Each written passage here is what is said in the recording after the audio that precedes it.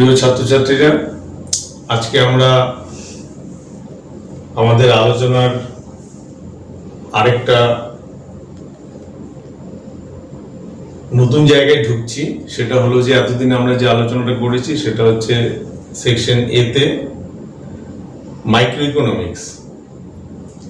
আজকে আমরা আলোচনা করব ম্যাক্রো ইকোনমিক্স। এখানে 5টা চ্যাপ্টার রয়েছে। তার মধ্যে প্রথম চ্যাপ্টার রয়েছে জাতীয় আয়। তাহলে মাইক্রো আমরা 11-এ আলোচনা করেছিলাম, মনে করে দেখো যে ম্যাক্রো ইকোনমিক্স মানে ম্যাক্রো মানে হচ্ছে সমগ্রটা অর্থে। যেমন ধরো জাতীয় আয় মানে একটা দেশের সমগ্র দেশের আয়টা, সেটা বলছে সেই দেশের জাতীয় আয়। তাহলে ম্যাক্রো ইকোনমিক্সে এইরকম অ্যাজ এ হোল সম্পূর্ণটা জুড়ে যে আলোচনা সেটা আমরা এই সেকশনে দেখব। তাহলে আমরা প্রথমে আজকে আলোচনায় ঢুকে যাচ্ছি, সেটা হচ্ছে জাতীয় আয়। এখন এই জাতীয় আয়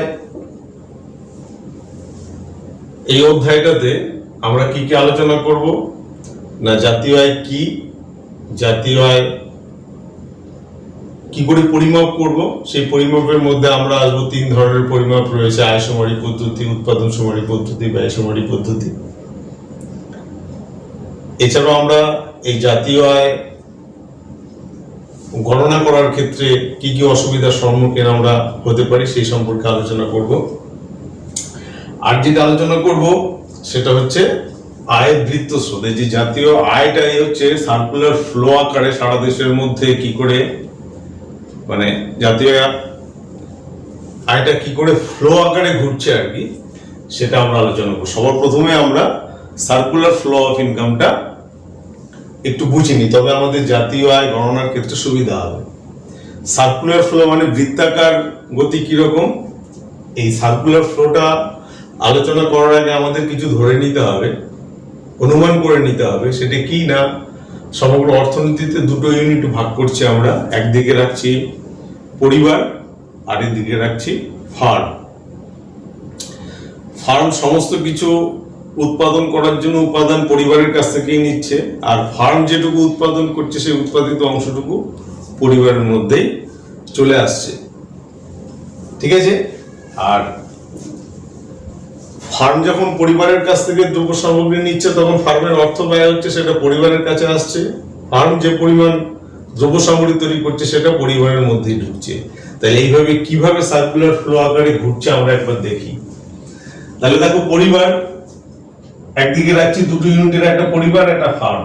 তাহলে ফার্ম কি করছে না, উৎপাদন সংগঠিত করছে। তার জন্য কি চাই, তার উপাদান চাই। আমরা বলেছি মূলত 4টি উপাদান: জমি, শ্রম, মূলধন, উদ্যোক্তা। তাহলে উৎপাদনের উপাদানগুলি জমি, শ্রম, মূলধন, উদ্যোক্তা বা সংগঠন, সেটা পরিবার থেকে ফার্মের কাছে আসছে। তাহলে পরিবার এই উপাদানগুলো ফার্মকে কিন্তু ফ্রিতে দেবে না, তার জন্য ফার্মকে কিন্তু পেমেন্ট করতে হবে। কিভাবে পেমেন্ট হবে আমরা দেখেছি, জমির জন্য খাজনা, শ্রমের জন্য মজুরি, মূলধনের জন্য ইন্টারেস্ট, আর সংগঠন সে লাগবে লাভ রাখবে। সেখানে আমরা বলেছি জমি, শ্রম, মূলধন এই 3টের কন্টেক্সচুয়াল ইনকাম, আর মোট ইনকাম থেকে এই কন্টেক্সচুয়ালের জন্য যে খরচ সেটা বাদ দিয়ে দিলে যেটা থাকবে সেটা সংগঠনের লাভ। ঠিক আছে? তাহলে খাজনা, শ্রমের মজুরি, মূলধনের সুদ এবং সংগঠনের যেটা মানে লাভ, যেটা অর্থ, সেটা কোথা থেকে আসবে না, ফার্ম থেকে পরিবারের কাছে যাবে। তাই এই জমি, শ্রম, মূলধন, সংগঠন পরিবর্তে ফার্ম কি দিচ্ছে না, অর্থ দিচ্ছে, যে খাজনা, মজুরি, সুদ, মুনাফা। তাহলে একদিকে উপাদান আসছে, আবার এখান থেকে অর্থ পরিবারের কাছে যাচ্ছে। এটা হচ্ছে বৃত্তের একটা দিক। এবার পরিবার যে অর্থটা পেল সেটা কি করবে না, সে তার প্রয়োজনীয় দ্রব্য সামগ্রী কিনবে। কোথা থেকে কিনবে না, ফার্মে যে উৎপন্ন হয়েছে সেটা। তাহলে দেখো, পরিবার নিচ্ছে ফার্মের কাছ থেকে কি, উৎপন্ন দ্রব্য সামগ্রী ও সেবা কার্য। তাহলে পরিবার যেমন ফার্মকে ফ্রিতে দেয়নি, ফার্মও কিন্তু পরিবারকে ফ্রিতে দেবে না। তার জন্য পরিবারকে কি পেমেন্ট করতে হচ্ছে না, যে পরিমাণ অর্থ তারা পেয়েছিল সেই অর্থটা পেমেন্ট করছে। তাই বলছে দেখো, উৎপন্ন দ্রব্য সামগ্রী কিনতে পরিবারের যে ব্যয় হয়েছে, ঠিক আছে, তাহলে এটা ব্যয় হবে। উৎপন্ন দ্রব্য সমূহের কিন্তু পরিবারের যে ব্যয়, সে যে অর্থটা তাহলে ফার্মের কাছে ফিরে এলো। তাহলে একটা জিনিস খেয়াল করো, এটাকে সার্কুলার ফ্লো কেন বলছি, কারণ যে অর্থটা ফার্মের কাছ থেকে পরিবারের কাছে গেছিল, আবার দেখো সেই অর্থই পরিবারের কাছ থেকে ফার্মের কাছে ফিরে এলো। এইভাবে সার্কুলার ফ্লো আকারে আয়টা ঘুরতে থাকে। তাহলে এই আয়টাকে যোগ করেই পাই আমরা জাতীয় আয়। তাহলে জাতীয় আয় কি না, জাতীয় আয় হচ্ছে কোন একটা দেশে একটা নির্দিষ্ট সময়, মানে এক বছরে যে সমস্ত দ্রব্য এবং সেবা কার্য উৎপন্ন হচ্ছে তাদের আয়ের যোগফলটা হচ্ছে জাতীয় আয়। ঠিক আছে? তাহলে এবারে আমরা এই জাতীয় আয়ের এই যে দ্রব্য সামগ্রী, সেবা কার্য এবং দ্রব্য সামগ্রীর যোগফল,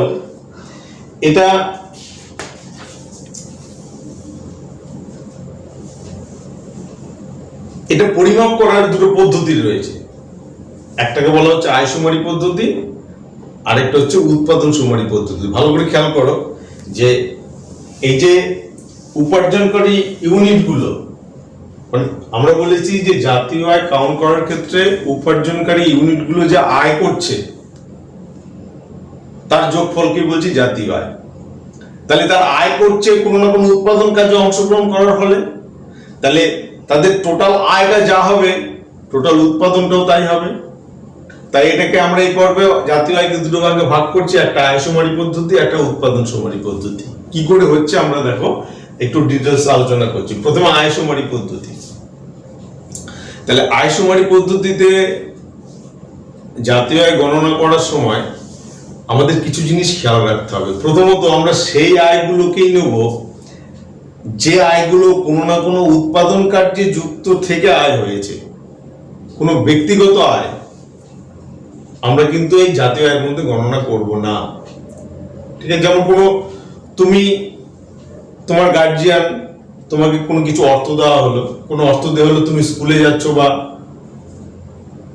অন্য কোথাও যাচ্ছ, সেটা কিন্তু তোমার ব্যক্তিগত আয়, সেটা জাতীয় আয় নয়। জাতীয় আয় হতে গেলে কোনো না কোনো উৎপাদন কার্যে যুক্ত থেকে জাতীয় আয় হতে হবে।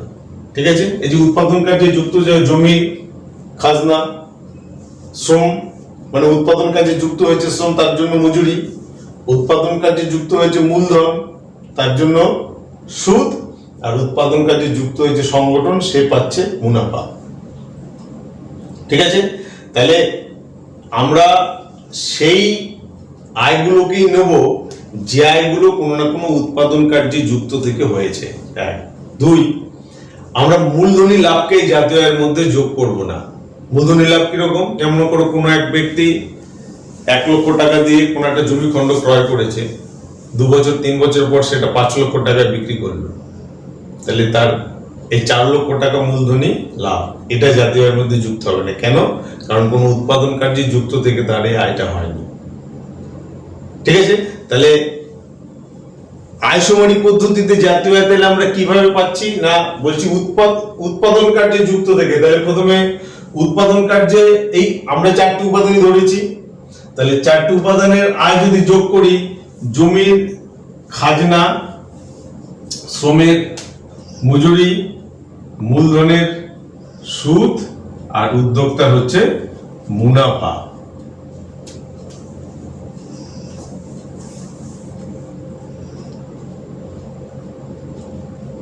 তাহলে জাতীয় আয়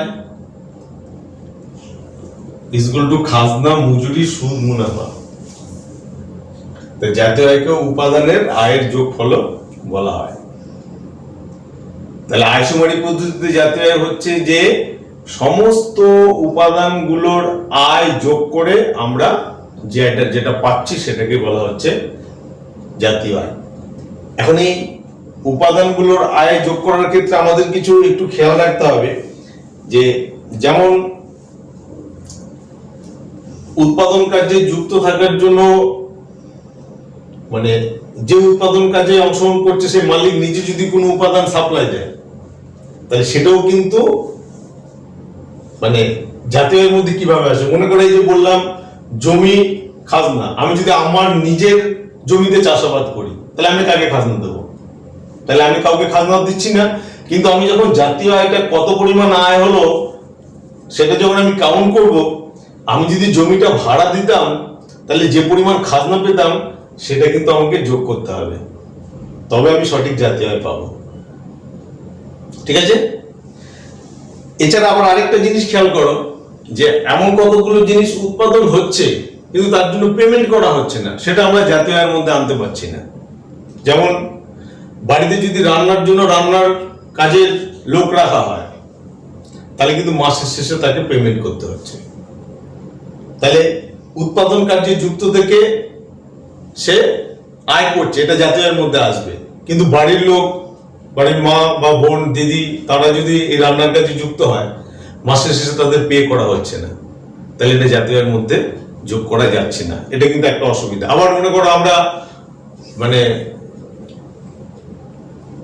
কি বলবো, সেলুনে না গিয়ে যদি বাড়িতেই সেভিং করে নিই, তাহলে কিন্তু পেমেন্ট সেলুনে হচ্ছে না, তাহলে ওটা কিন্তু সেলুনে যদি পেমেন্ট করতাম সেটা জাতীয় আয়ের মধ্যে আসতো। ওই কাজটাই কিন্তু যেহেতু পেমেন্ট করছি না, সেটা জাতীয় আয়ের মধ্যে আনা যাচ্ছে না।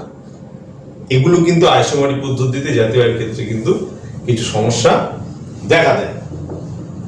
তাহলে এই গেল আয়সমারি পদ্ধতিতে জাতীয় আয় গণনা। এবার দেখো, এই যে আয় আমরা করছি, খাজনা, মজুরি, সুদ, মুনাফা উপাদানগুলোর আয় কোথা থেকে হচ্ছে? না কোনো না কোনো উৎপাদন কার্যে যুক্ত থেকে হচ্ছে। তাহলে উৎপাদন সমারি পদ্ধতিতেও কিন্তু আমরা জাতীয় আয় পাবো। তাহলে এই আয়গুলোই কোনো না কোনো উৎপাদন কার্যে যুক্ত থেকে হচ্ছে, মানে সেই উৎপাদনগুলো যোগ করলে আমরা জাতীয় আয় পাবো। কিন্তু একটা জিনিস খেয়াল করো, মানে আমরা উৎপাদন সমারি পদ্ধতিতে জাতীয় আয়ের ক্ষেত্রে চলে যাচ্ছি, কিন্তু একটা জিনিস উৎপাদন সমারি পদ্ধতিতে জাতীয় আয় গণনা করার সময় তোমরা একটা জিনিস খেয়াল করো, যে আমাদের মানে যে কোনো দেশের মধ্যে আর কি প্রচুর পরিমাণ জিনিস তৈরি হয়, নানান ধরনের জিনিস তৈরি হয়। কোনো জিনিস মানে যেটা তৈরি হয় সেটা মেজারমেন্টটা ইউনিটে, মানে আমি বলতে চাইছি কিলোগ্রাম, কুইন্টালে, কোনোটা লিটার গ্যালনে, যেমন দুধ বা পেট্রোল, এগুলো লিটার গ্যালনে তৈরি হচ্ছে। আবার মানে পশু ইত্যাদি খামারের ক্ষেত্রে সেগুলো সংখ্যা 1, 2, 3 উৎপাদন হচ্ছে। তাহলে এগুলো কিন্তু একসাথে যোগ করা যাচ্ছে না। তাই উৎপাদন সমারি পদ্ধতিতে জাতীয় আয় গণনা করার সময় আমরা কি করব না, যে পরিমাণ দ্রব্য সামগ্রী বা সেবা কার্য উৎপাদন হলো সেটা বাজারে যে দামে বিক্রি হচ্ছে অর্থের অঙ্কে আমরা ট্রান্সফার করব, সেটা যোগ করলে পাবো আমরা জাতীয় আয়। তাহলে উৎপাদন সমারি পদ্ধতিতে জাতীয় আয়টা কি না, উৎপাদন সমারি পদ্ধতিতে জাতীয় আয়, উৎপাদন সমারি পদ্ধতিতে জাতীয় আয়টা কি না, সমস্ত উৎপাদনের যোগফল। উৎপাদন করতে গিয়ে উৎপাদনকে টাকার অঙ্কে, উৎপাদনগুলো পার ইউনিট কি দামে বিক্রি করা হয়েছে সেটা দিয়ে গুণ করলে আমি, যেমন মনে করো মানে যেটা বললাম ওজনের এককে, কৃষিকাজের ক্ষেত্রে ধান, গম, শিল্প উৎপাদনের ক্ষেত্রে লোহা, স্টিল, এগুলো যে দামে বিক্রি হয়েছে পার ইউনিটকে পরিমাণ দিয়ে গুণ করলে আমরা দাম পাবো। সেরকম মানে তরল জাতীয় দ্রব্যের ক্ষেত্রে দুধ, পেট্রোল, এগুলো কত লিটার বা কত গ্যালন তৈরি হয়েছে, পার লিটারের দাম কত, সেটা দিয়ে গুণ করলে আমরা উৎপাদন পাবো।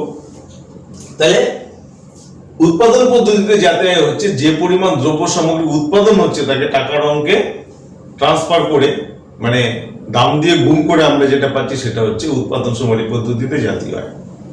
এখন এই উৎপাদন সমারি পদ্ধতিতে জাতীয় আয় করতে গিয়ে যে সমস্যার সম্মুখীন আমরা হচ্ছি সেটা হচ্ছে যে এই কোন একটা উপাদান উৎপাদনের বিভিন্ন স্টেজ রয়েছে, যেমন মানে প্রাথমিক স্তরের দ্রব্য, মধ্যবর্তী স্তরের দ্রব্য, শেষ স্তরের দ্রব্য।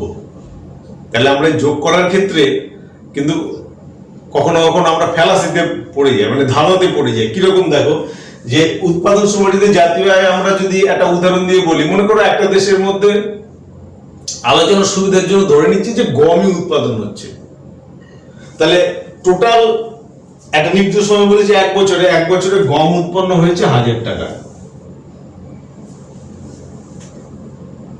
ঠিক আছে, তাহলে জাতীয় আয় আর কিছু উৎপাদন হলো না, তাহলে জাতীয় আয় 1000 টাকা। এই গমটা যদি আবার আটাতে রূপান্তরিত করা হয়, তাহলে গমটাতে আটাতে রূপান্তরিত করা হলো, তাহলে আটাতে রূপান্তরিত হলে যদি 1000 টাকারই আটা হয়, তাহলে কিন্তু কেউ গম থেকে আর আটায় ওই উৎপাদন কার্য করতে যাবে না। তাহলে গম থেকে যে আটায় ওই গমটারই তখন উৎপাদন মূল্য বেশি হতে হবে, মনে করো 1500 টাকা দাঁড়ালো, তাহলে এখন জাতীয় আয় কিন্তু 1500 টাকা। তাহলে ওই আটা যদি আমরা ভেজে খেয়ে নিই, মানে ওই দেশের সদস্যরা যদি ওই আটাটাই ভোগের জন্য ব্যবহার করে ফেলে, তাহলে জাতীয় আয় 1500 টাকা। কিন্তু আটাটা যদি আবার অন্য কোনো উৎপাদন কার্যে যুক্ত হয়, যেমন মনে করো কেক, বিস্কুট ইত্যাদি অন্যান্য কাজে, মানে বেকারির কাজে যদি যুক্ত হয়, তাহলে সেই 1500 টাকার আটাটা কিন্তু আর 1500 টাকার কেক, বিস্কুট ইত্যাদি দ্রব্যে রূপান্তর হয়, আরো বেশি দাম হতে হবে। সেটা মনে করো হলো 2500 টাকা। তাহলে এখন জাতীয় আয় কিন্তু 2500 টাকা। কিন্তু আমি যদি বলি যে জাতীয় আমার গম উৎপন্ন হয়েছে, আটা উৎপন্ন হয়েছে, কেক, বিস্কুট ইত্যাদি উৎপন্ন হয়েছে, সবটাই যদি যোগ করে দিই, তাহলে দেখো আমরা কিরকম মানে ফ্যালাসির মধ্যে পড়ছি বা দ্বিতীয়বার গণনায় পড়ছি। এই যে 1000 টাকার আটার কথা বলছি, এটার মধ্যে 1500 টাকার 1000 কথা বলছি, এর মধ্যে 1000 টাকার কিন্তু গমের মূল্যটা ঢুকে রয়েছে। আবার এই আটা থেকে যখন আমরা বেকারি দ্রব্যে যাচ্ছি, এই 2500 টাকা, এর মধ্যে 1000 টাকার গমও ঢুকে রয়েছে, আবার এখান থেকে যে ময়দার যে অংশ, সেই অংশটাও ঢুকে রয়েছে। তাহলে আমরা যদি শুধু একদম শেষ এটা নিই, তাহলে এটার মধ্যে এটাই আমরা জাতীয় আয় বলছি যে 2500 টাকা, এটাকে বলা হয় শেষ স্তরের দ্রব্য। তাহলে জাতীয় আয় গণনা করার সময় হয় আমাদের একদম শেষ স্তরের দ্রব্য নিতে হবে, সেটাই যোগ করলে জাতীয় আয় পাবো।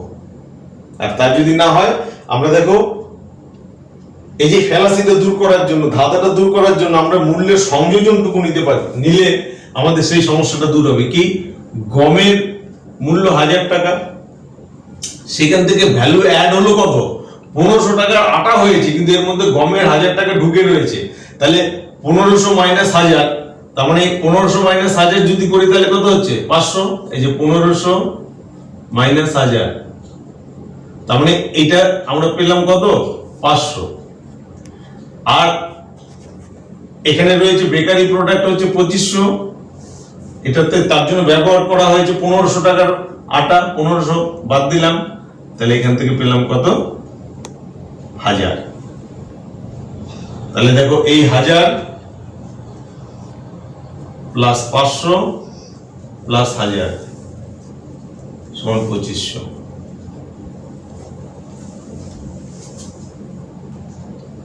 তাহলে এই উৎপাদন সুমারি পদ্ধতির দুটো দিক, একটা হচ্ছে শেষ উৎপন্ন দ্রব্য, সেটা জাতীয় আয়, বা ভ্যালু অ্যাডেড প্রসেস, মূল্য সংযোজন পদ্ধতি।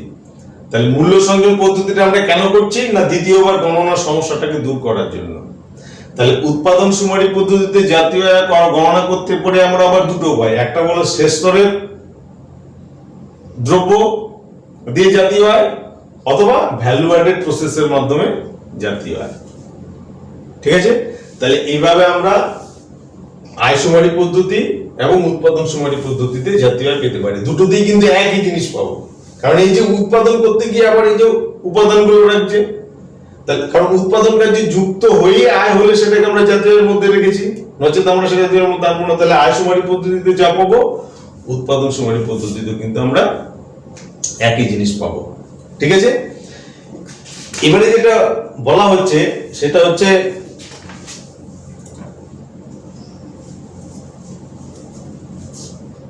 আমরা বলেছি তিনটি প্রসেস, একটা হচ্ছে ব্যয়সুমারি পদ্ধতি। তাহলে ব্যয়সুমারি পদ্ধতিতে আমরা যাওয়ার আগে আরেকটা জিনিস একটু আলোচনা করে নিই, সেটা হচ্ছে যে এই যে আমরা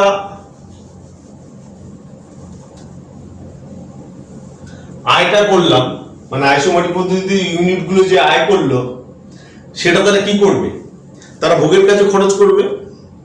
সবটা যদি ভোগের কাজে খরচ না করে, বাদ বাকিটা কি করবে, তারা সঞ্চয় করবে। তাহলে এই জাতীয় আয়টাকে দুটো ভাগে ভাগ করে, মানে দুভাগে আমরা আলোচনা করতে পারি, একটা হচ্ছে ভোগ আর একটা হচ্ছে সঞ্চয়। তাহলে জাতীয় আয়ের বিভাজনটা আমরা কি করছি না, এই ন্যাশনাল ইনকামটাকে আমরা কি বলছি, ভোগ হচ্ছে কনজাম্পশন, সঞ্চয় হচ্ছে সেভিংস। তাহলে আমরা জাতীয় আয়টাকে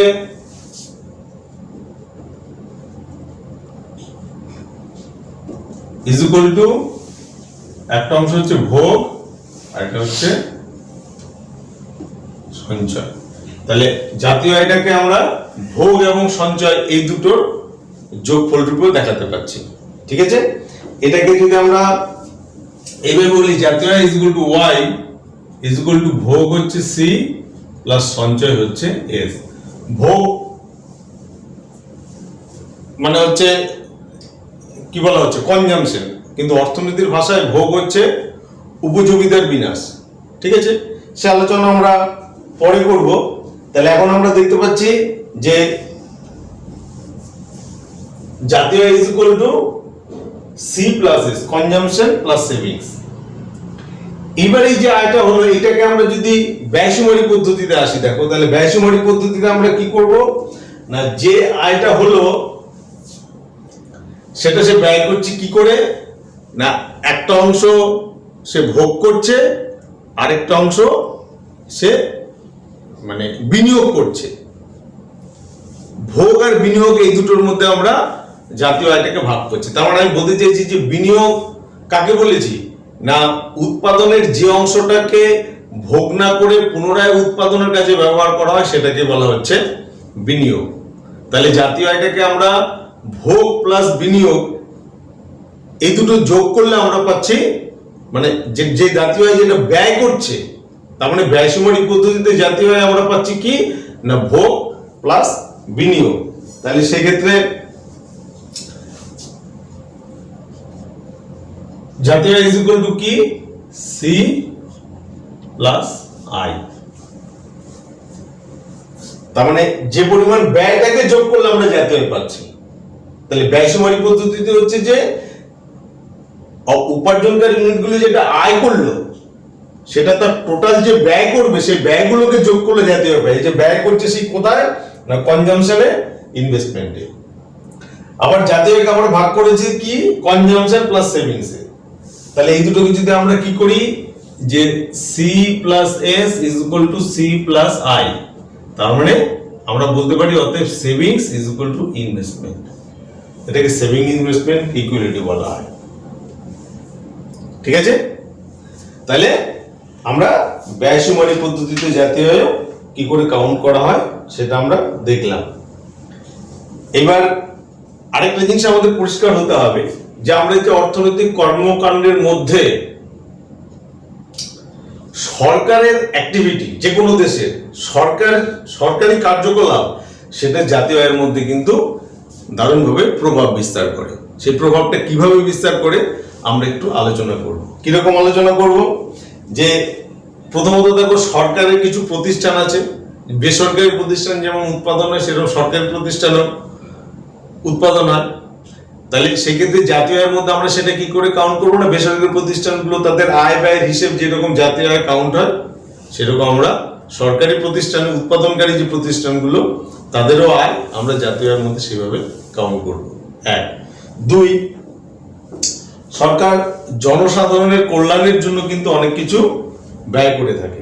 কিরকম না, যেমন মনে করো প্রতিরক্ষা, আইন শৃঙ্খলা ইত্যাদি পরিষেবা সরকার দিয়ে থাকে, তার জন্য কিন্তু সরকার ব্যয় করে থাকে। কিন্তু সেইখান থেকে এটা জাতীয় আয়ের মধ্যে আমরা কি করে আনবো না, জাতীয় আয়ের মধ্যে এটা কি পরিমাণ উৎপাদন হলো আমরা তো সেটাকে বাজারে বিক্রি করে, মানে সরকারি প্রতিষ্ঠানের উৎপাদনগুলো যেমন বাজারে বিক্রি করে সেটা আয় পাচ্ছি, কিন্তু এই যে আইন শৃঙ্খলা, প্রতিরক্ষা খাতে ব্যয় ইত্যাদি গুলো তো বাজারে বিক্রি করা যাচ্ছে না।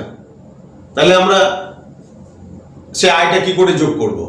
তাহলে এই ক্ষেত্রে জাতীয় আয়টা কাউন্ট করতে হবে যে এই সমস্ত খাতে সরকার যে পরিমাণ অর্থ খরচ করছে সেই পরিমাণ অংশটাই জাতীয় আয়ের অংশ হিসাবে নিতে হবে। ঠিক আছে। 3 নম্বর দেখো, 3 নম্বর হচ্ছে সরকার অনেক কিছু খরচ করে, তার জন্য যাদের জন্য খরচ করছে তাদের কাছ থেকে সরকার কিছু পরিষেবা পায় না, যেটাকে হস্তান্তর আয় বলছি। যেমন বেকার ভাতা, এখন তো নানা রকম ভাতা ইত্যাদি রয়েছে, পেনশন, ঠিক আছে, বা কোনো অনুদান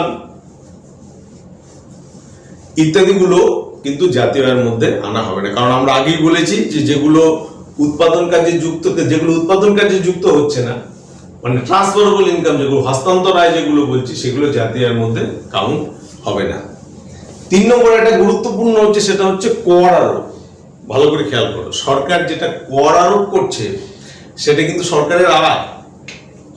তাহলে সেটা জাতীয় আয়ের মধ্যে আমরা কি করে কাউন্ট করব? যেমন মনে করো আমাকে সরকার মাইনে দিচ্ছে, মাসের শেষে একটা অর্থ সরকারকে আমি কর হিসেবে দিতে বাধ্য থাকছি, তাহলে আমার আয়টা জাতীয় আয়। কিন্তু আমার কাছ থেকে যখন সরকার কর নিল, সেটা সরকারের আয়, সেটা কিন্তু জাতীয় আয়ের মধ্যে আসবে না, কারণ আমার আয়টা কিন্তু অলরেডি জাতীয় আয়ের মধ্যে কাউন্ট হয়ে গেছে।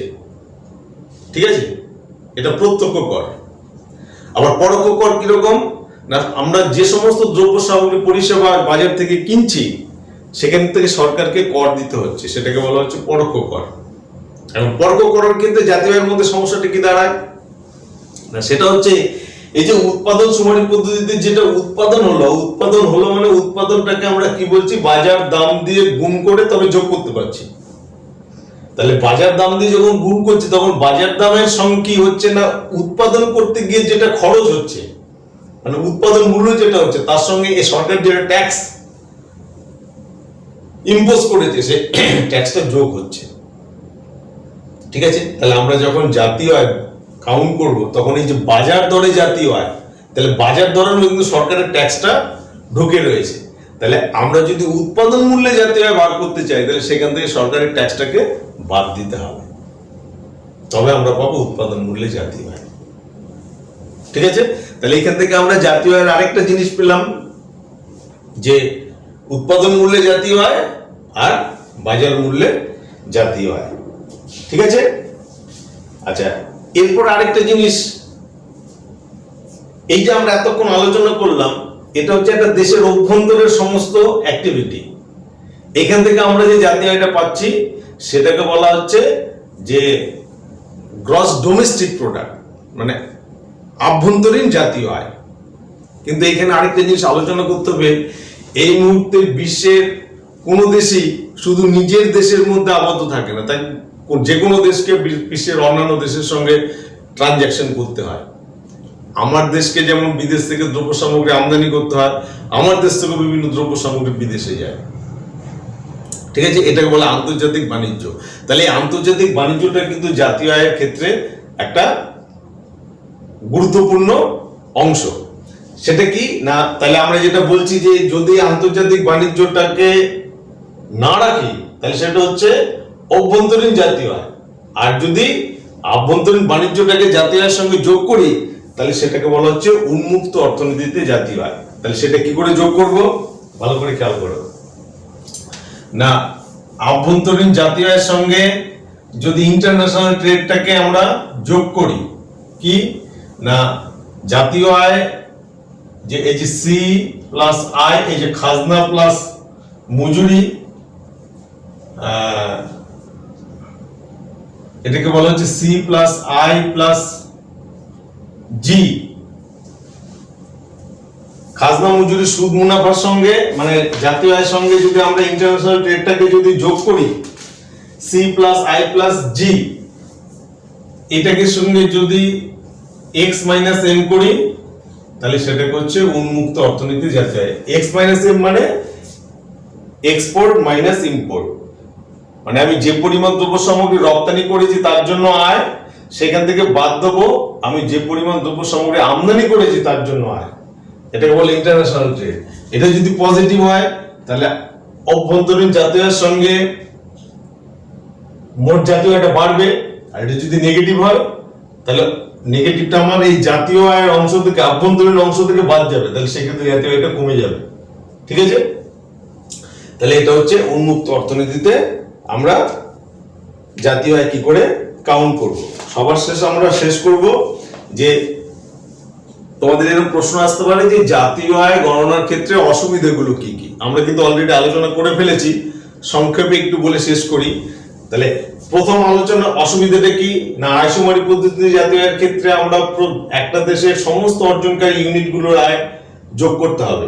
সেটা অনেকটা লেবুরিয়াস। তুমি একটা ভারত একটু খেয়াল করে দেখো যে ভারতবর্ষের মধ্যে এত বিশাল দেশে মানে দেশের বিভিন্ন প্রান্তে কতগুলো অর্জনকারী ইউনিট আছে তাদের আয়গুলো যোগ করতে হবে। 1 2 নম্বর, সেখান থেকে তথ্য নিতে গেলে সে সঠিক তথ্য যদি না হয় তাহলে যোগফলটা ভুল হতে পারে।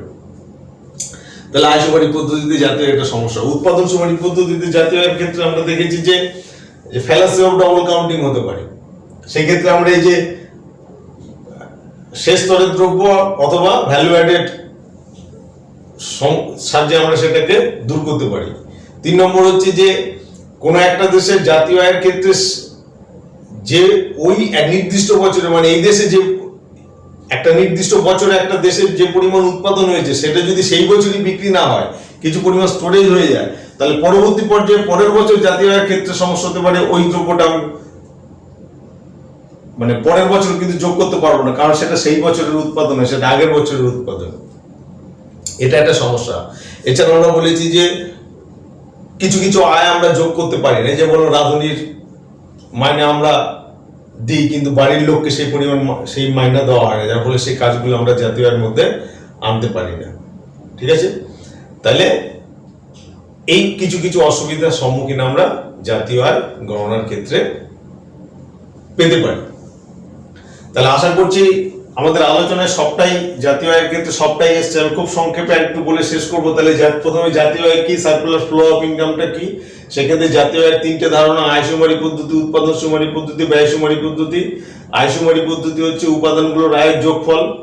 উৎপাদন সুমারি পদ্ধতির ক্ষেত্রে হচ্ছে যে পরিমাণ উৎপাদন হচ্ছে সেটা টাকার ট্রান্সফার করে যোগফল, সেখানে হয় শেষ স্তরের দ্রব্য এবং মূল্য সংযোজন পদ্ধতির সাহায্যে আমরা জাতীয় আয় করবো। ব্যয় সুমারি পদ্ধতির ক্ষেত্রে আমরা বলেছি মানে যে পরিমাণ ব্যয় করছে, মানে কনজাম্পশন প্লাস ইনভেস্টমেন্ট, সেখান থেকে সেভিংস ইনভেস্টমেন্ট ইকুইলিটিটা দেখেছি।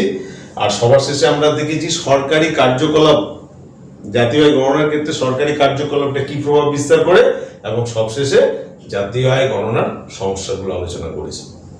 তাহলে আজকে আলোচনা এখানে শেষ করছি। এখান থেকে 5 নম্বর থাকবে, প্রশ্নগুলো আমি দিয়ে দেবো, তোমরা প্রশ্নের উত্তর করার চেষ্টা করবে, অসুবিধা হলে আমি পরের দিন আলোচনা করবো।